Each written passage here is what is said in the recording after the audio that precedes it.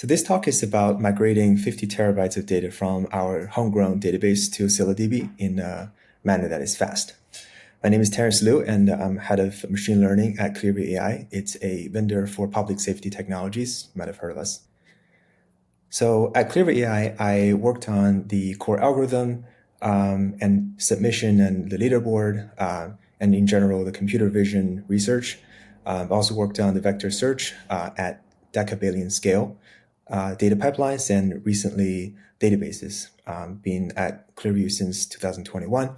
And previously, I've worked on a platform team, which is connectivity integration services at Bloomberg LP for 4 years. So one notable fact about Clearview AI is it has a high vectors, 60 billion vectors to engineers ratio. And to all the brilliant engineers out there, you're welcome to help dilute it and also bump the numbers up as well. So this presentation, I have 5 sections here. The first one is about the in-house database and its utility. And then I delve into the search for a fully featured NoSQL database. And then the snapshot bulk ingestion with RocksDB iterator for our reader, as well as the ScyllaDB Rust driver for the writer part. And then we transfer the database from the bulk ingestion to prod to bring it live. Then we very quickly touch on reaching data parity with dual write and differential backfill. So our in-house database, it's based on RocksDB and a wrapper with distributed concerns. So it's essentially a distributed KV store, and it fills up a shard and we move on to the new one. Throughout the years, it had not been a problem for us. It is not as flexible as the automatic placement style databases, but it worked out well for us. And the keys are already hashes. It's not resizable unless you manually change the volumes. And we use this as a metadata storage with point lookup access patterns. And it suited our need until now. You can see on the schematic on the right, there's a gRP service. You hit a bunch of proxy nodes, and these proxy nodes will, during a read all shards to find a particular key because it doesn't have awareness of where things are. But it is able to round robin across replicas for those shards. And there's replication based on RocksDB's mechanisms. And the writes to writable shards. And as we talked about earlier, it fills up a shard and moves on to the new one. And it brought up to a point where we wanted to look for a fuller featured NoSQL database. It's still NoSQL because our use case was primarily key value pair. But we wanted to have a little bit of an indexability and data modeling abilities. So we looked at 3 candidates. One was TIKV. This is the building block of TIDB, a distributed MySQL database. The TIKV tier is only about key value store and is almost a drop-in replacement. And it has key caching, raft, and auto shard placement. So those were the newer features that we didn't have. However, we would like a little bit more data modeling and indexability, like we suggested. So we looked at Cassandra with its CQL interface.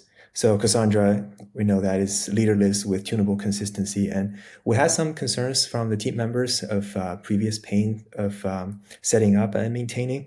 But I was able to just keep going. And it seems like in principle, it was a good choice. The white column store with data modeling, indexability, flexibility was definitely a selling point to get our database to the next level. And then that's when we discovered ScyllaDB, and it seems like it was also a drop-in replacement, in this case for Cassandra, and it was written in C++ with SharpCore for performance. And our needs were not exactly super high performance driven. It was more like storage dense.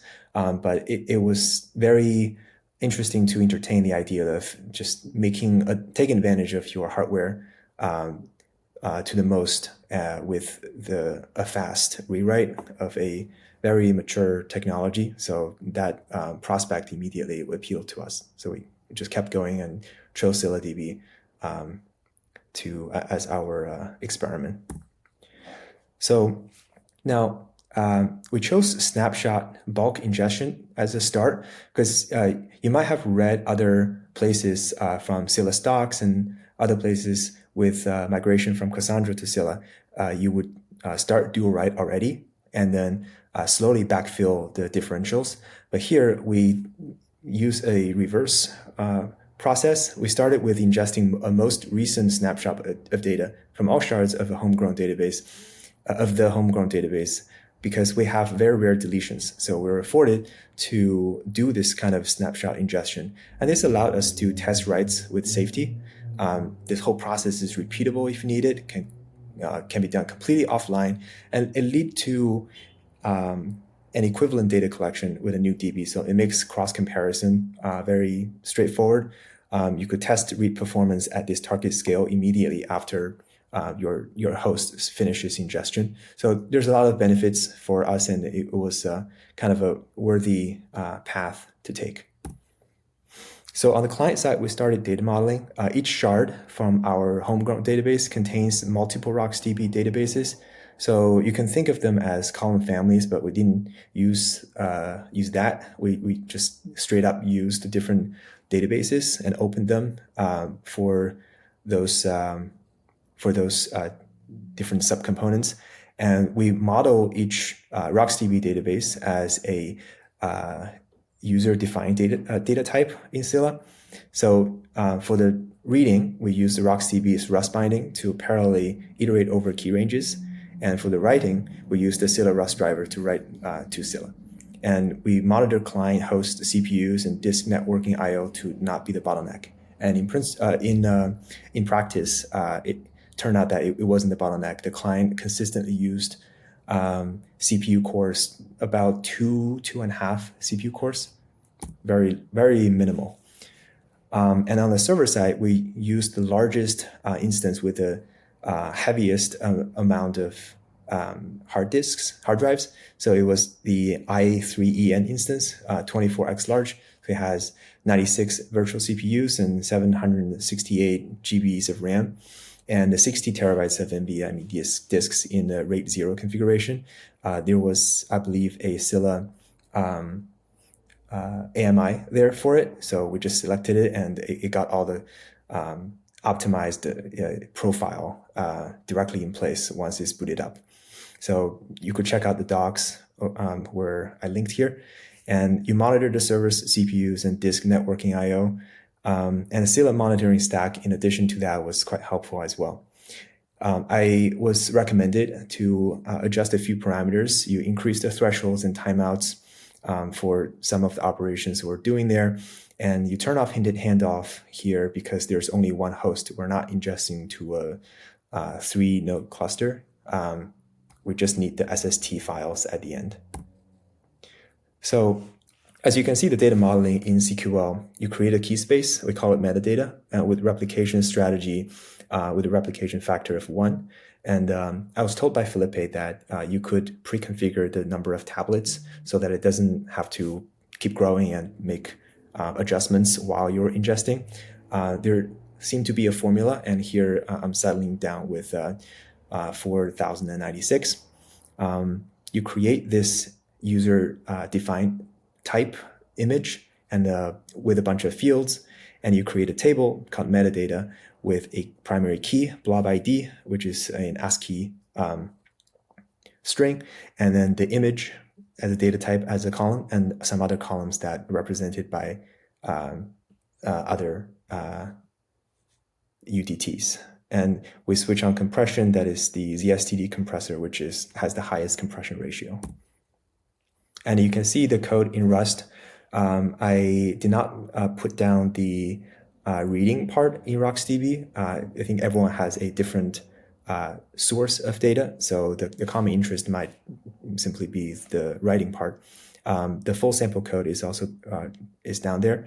So you can see I highlighted a few lines here because there's only one node. I just reiterate that the consistency level is local 1, no timeout, and the data modeling is on the lower left corner. And if you look at the right-hand side, I did a prepared statement send it to the server to register, and then create a batch and put in the same prepared statement into the batch with the same number of items that I'm about to put in the values.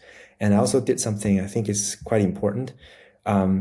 If you remember previously, I adjusted up the threshold for a few things, including the batching capability. But sometimes you end up with a very giant row, and that row kind of messes it up, and you get a failure because the server doesn't like a huge row.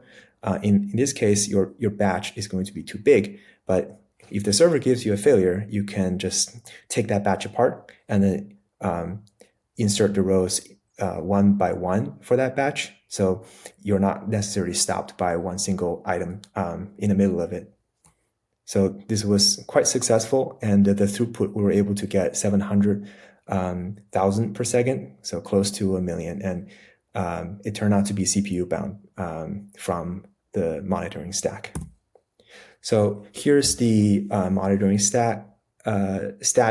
When you use HTOP, is something to mind is Scylla was over engaged. There's a lot of optimization towards high performance. So the CPUs are always going to be spinning on the HTOP view or any top view. You will see like all the cores are very much engaged, even if you're just inserting a few entries. The best way to get a better sense is probably the monitor stack. So use that as a more reliable reference. And you can see the first panel in the monitoring dashboard. It's reaching about 700 to 800,000 ops per second. So after the ingestion, took maybe 1 day or two, and you want to do a total count validation. So I've seen a few blog posts from Scylla. They were written in Go to do a full count of the entire token range. And it seemed like written in Rust, things with parallelization, it turned out to be a lot simpler as a script. And I'm just putting some of the code snippets in here. Here, this function generates the token ranges, and you have to mind the min and max. Although if you're missing one out of many billion, I believe, you might end up still kind of correct with the final number. So one thing to note was when you do the prepared statement with a select with a token range, you want to put in the bypass cache because you don't want your counts to fill up the cache because you're only really just reading it once. And we're using the Rayon crate in Rust to do a parallel iterator, and inside of it you do a block on to accommodate for converting from async to sync. Of course, you can completely use multiple async tasks without using Rayon. It will be up to you. The performance will be quite similar because this is really not bound by the client. So after ingestion and validation on the count, you would want to bring it alive. So you do a range scan for total count as validation, and that took about 4 to 5 hours. And you save the SST's directory to S3. And then you would benchmark the single node read performance against that copy that is still on that host. At the very end, you do a node tool refresh on a full cluster to import. And that one turned out to be the slowest operation. It would take days, but when you're done, your whole cluster will be live. And last step, probably the most extensive step in practice, and a lot of infrastructure level juggling around, and it would be reaching data parity. So when you have your cluster in a static fashion up and running with a snapshot, you would want to configure the application to write to both new and old databases and make sure that they're correct and successful. And you backfill the difference between the initial snapshot and the time of the dual write. Then you test read integrity. Then you disable read-write path to the old database in application. And at the very end, making sure no one is accessing the old database, you decommission the old database. All of these steps are documented by many migration guides given out by Scylla docs. So you're welcome to take a look at them. So with that, that'll be the presentation, and I could be reached out to with these means. If you reach out, please tag yourself with Scylla or the Monster Scale Summit. I'd like to stay in touch. Thank you.